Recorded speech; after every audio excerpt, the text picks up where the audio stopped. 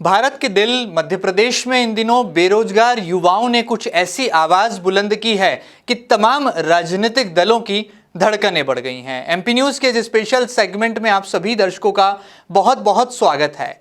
किस तरह से बेरोजगार मुसीबत का सबब बने हैं वर्तमान की शिवराज सरकार के लिए और कांग्रेस पार्टी के सामने भी नित नई चुनौतियां खड़ा कर रहे हैं। दरअसल हम बात कर रहे हैं मध्य प्रदेश के उन 40 लाख बेरोजगार नौजवानों की जो इन दिनों लगातार क्रांति के लिए आमादा हैं और मध्य प्रदेश की वर्तमान शिवराज सरकार से लगातार सरकारी नौकरियों में भर्ती शुरू करने और उसकी अधिसूचना को जारी करने की मांग भी कर रहे हैं। राजधानी भोपाल में हल्ला बोल भी इन तमाम युवाओं ने किया और अब सीधे तौर पर वो ललकार रहे हैं तमाम सरकार से जुड़े जिम्मेदार नुमाइंदों को। ऐसे में एक ऐसा चेहरा है जो कि दिनेश चौहान के नाम से जाना पहचाना जाता है। यूं तो ये चेहरा बहुत नया है, लेकिन कहा जा रहा है कि जो तमाम बेरोजगार युवा मध्य प्रदेश के 52 जिलों से एकजुट होकर राजधानी भोपाल का रुख कर रहे हैं, उसके पीछे इसी चेहरे की रणनीति छुपी है। और यही चेहरा यानी कि दिनेश चौहान एमपी न्यूज पर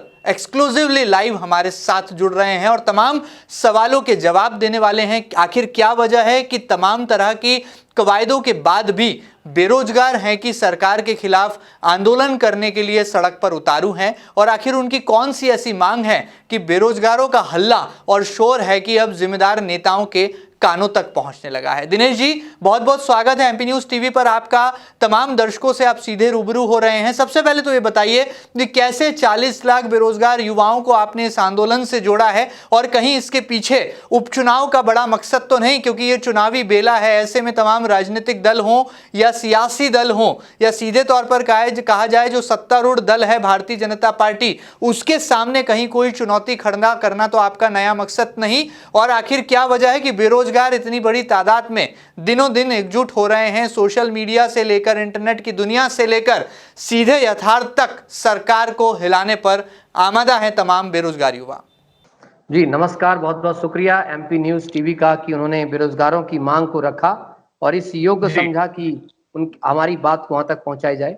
पहली बात तो मैं क्लियर कर देना चाहता हूं कि ये दिनेश चौहान की आवाज नहीं, दिनेश चौहान तो बस एक छोटा सा धागा है। मेरे सारे मोती जो हैं वो 40 लाख बेरोजगार युवा हैं, जो जिनमें से 20 लाख ऐसे युवा हैं जो लगातार पिछले 3 साल से मध्य प्रदेश पुलिस भर्ती की तैयारी कर रहे थे और लगभग पिछले सालों से लेकर अभी तक भी मुख्यमंत्री को, ये गृह मंत्री को, सबको ज्ञापन सौंप रहे थे इस आंदोलन के पहले ही कि भैया पुलिस भर्ती की आयु 37 वर्ष करिए।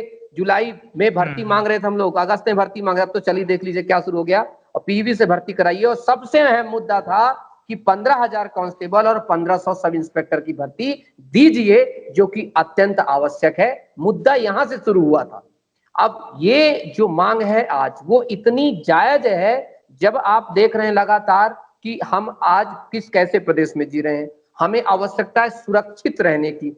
सुरक्षित रहने के साथ साथ सामाजिक, आपने सुना होगा कि सरकार का प्रमुख दायित्व होता है सोशल वेलफेयर, मतलब वेलफेयर सोसाइटी बनाना। वेलफेयर सोसाइटी में चाहे आप आर्थिक बात करें, चाहे आप राजनीतिक बात करें, चाहे आप सामाजिक बात करें, इन सभी के स्तरों पर भी आप भर्ती दे करके लोगों को सही रास्ता दिखाते हैं, उनका उत्थान करते हैं। और यही हमारा एक मुद्दा था जिसको होना कंपलसरी है और ये होना ही चाहिए। इसी को लेकर के 4 तारीख को हमारा आंदोलन हुआ कि भर्तियों की अधिसूचना जारी कीजिए, सिर्फ घोषणा नहीं, क्योंकि घोषणा तो हम 3 साल से सुन रहे हैं, क्योंकि हम आंदोलन कांग्रेस के सरकार में भी कर रहे थे, उन्होंने भी कुछ जुमले किए थे और उन्होंने प्रयास शुरू जैसे किए कि हम कर रहे हैं, उसके बाद सरकार चली गई, तो उनके पास एक बहाना मिल गया कि हमारी तो सरकार ही चली गई। तो हम सोचे जो हमारे नुमाइंदे थे कुछ और किसके, बेरोजगारी के, जो अभी वर्तमान सरकार है वो कह रही थी हम रोजगार देंगे, तो हम इससे उम्मीद हुई कि ये कुछ देंगे। लेकिन पूरा कोरोना काल खत्म हो गया, सब कुछ हो गया, पूरे अन्य प्रदेशों में भर्तियां आ रही थी, हमारे उत्तर प्रदेश में भर्ती आ रही है, बिहार में भर्ती आ रही है।